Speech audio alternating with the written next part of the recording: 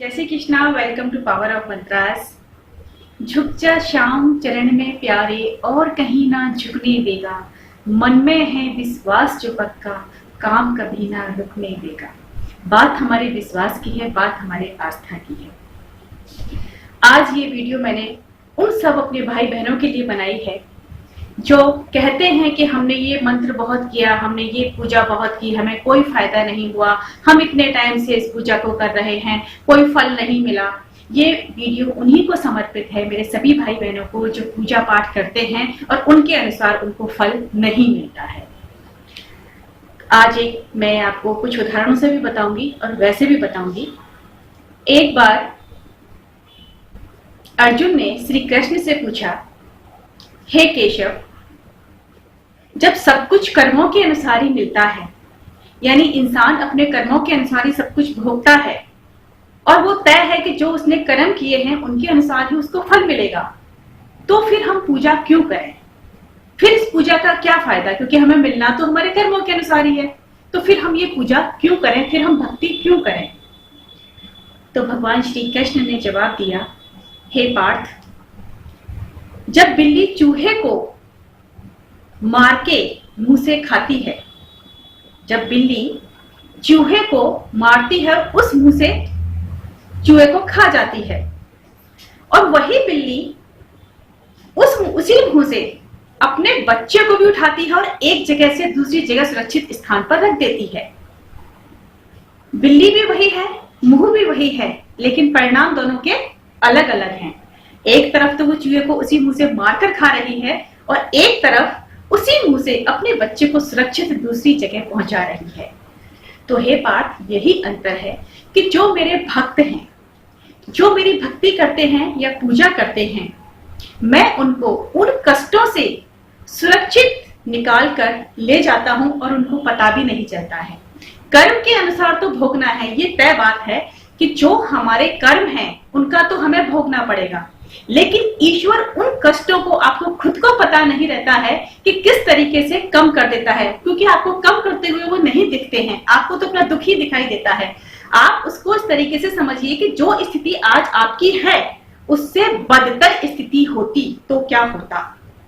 आज जिनके पास घर नहीं है और घर के लिए वो कोई मंत्र जाप और कोई पूजा पाठ बहुत ज्यादा कर रहे हैं कि मेरा घर हो जाए, वो नहीं हुआ, तो वो ये सोचिए कि ईश्वर ने आपको उस पोजीशन से अच्छी पोजीशन दी है। जो फुटपाथ पर सो रहे हैं उनके ऊपर छत भी नहीं है, आज जो गाड़ी के लिए कर रहे हैं आप उनके पास सोचिए जिनके पास साइकिल भी नहीं है, अरे उनसे तो अच्छी पोजीशन कर रखी है ना। हो सकता है कि आपके कर्म इससे भी ज्यादा खराब हो, जो अभी आपकी पोजीशन है इससे भी ज्यादा खराब पोजीशन होती अगर आप भक्ति नहीं करते, लेकिन ईश्वर उस तरीके से करता है कि आपके जो कर्म का फल भी भोग ले और इतना कष्ट भी ना दे कि उनको सहन न कर सके। जैसे कि मान लीजिए एक बच्चा है, बच्चे ने ऐसे कर्म किए पिछले जन्म में कि इस जन्म में वो अपंग बना, अपाहिज है वो बच्चा, उसके कर्म ऐसे थे कि अपाहिज है, लेकिन उसको ऐसे माँ बाप दे दिए कि उसकी अपंगता को कम कर दिया। अपंग तो वो रहेगा लेकिन उसका जीवन कितना सरल बना दिया। उन माँ बाप ने उसका जीवन कितना सरल बना दिया, अपंगता दूर नहीं की लेकिन जीवन को काफी हद तक सरल बना दिया। अब सोचिए कि उसके माँ बाप भी नहीं हो और वो अपंग भी है, तो वो बच्चे की हालत कैसी होगी? वो सड़ के ही मरेगा, सड़ के ही जिएगा ना। तो वही स्थिति उनकी है जो ईश्वर के भक्त हैं। ईश्वर अपने भक्तों को उन माँ बाप की तरीके से ही अपंगता दूर नहीं कर सकता, लेकिन उनके जीवन को सरल बनाता है। वो आपको आभास कभी नहीं होता। इस चीज को आप प्लीज सब समझिए। अगर ईश्वर में आपकी आस्था है तो ये सोचिए कि ईश्वर ने हमें जो कुछ अभी दे रखा है, हो सकता है कि हमारी स्थिति इससे भी बदतर होती, लेकिन आज जो कुछ हमारे पास है शायद हमारी आस्था का ही परिणाम है कि हम शायद उनसे अच्छा जीवन जी रहे हैं जो हमसे भी बदतर जीवन जी रहे हैं। आपको पता है रामकृष्ण परमहंस देवी माँ के परम भक्त थे, काली माँ के परम भक्त, आपस में बात करते थे, इतने परम भक्त थे। उनके कैंसर था, गले में फोड़ा था, और जो फोड़ा था वो इतना भयंकर दर्द करता था उनके। तो एक बार स्वामी विवेकानंद जी ने उनसे ये कहा कि स्वामी जी, आप तो माँ काली के इतने बड़े भक्त हो, आपकी ये पीड़ा देखकर मुझे बड़ा दुख होता है कि आपकी ये इतनी पीड़ा है, आप माँ काली से कहो ना कि इसको दूर करें, या आप अपनी पीड़ा मुझे दे दें, मुझे आपसे ये पीड़ा नहीं देखी जाती है।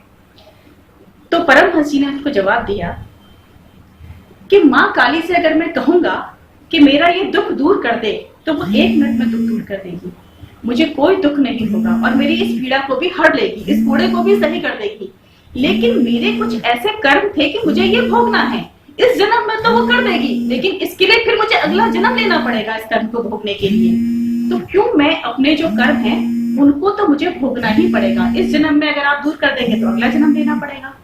तो आप ये सोचिए कि जो हमारे कर्मों के फल हैं वो हमको भोगने ही हैं, लेकिन ईश्वर की आस्था, ईश्वर का विश्वास, ईश्वर की भक्ति हमें उन कष्टों से इतने धीरे से निकाल के ले जाती है, सुरक्षित स्थान पर रख देती है, हमें वो दिखाई नहीं देते। हमें सिर्फ ये दिखाई देती है कि हमने जो मंत्र जाप किया, हमने जो पाठ किया, हमें तुरंत आज की आज फल चाहिए, आज की आज हम बहुत बड़े राजा बन जाएं, आज की आज ही हम करोड़पति बन जाएं, आज की आज ही हमें जो कुछ चाहिए सब कुछ मिल जाए। आप जब भी ऐसा करें तो सिर्फ ये सोच लें कि जो आज आपके पास है वो कितने लोगों के पास है।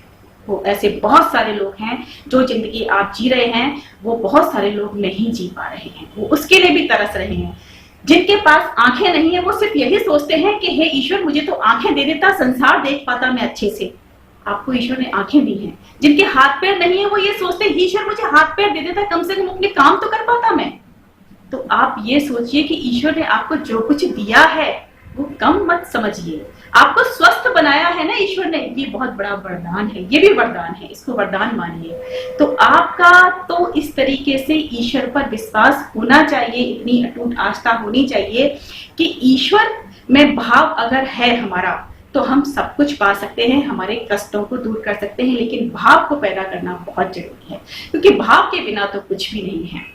कहते हैं ना, भाव बिना कोई वस्तु मिले न मोल, भाव के बिना कोई वस्तु मिले न मोल।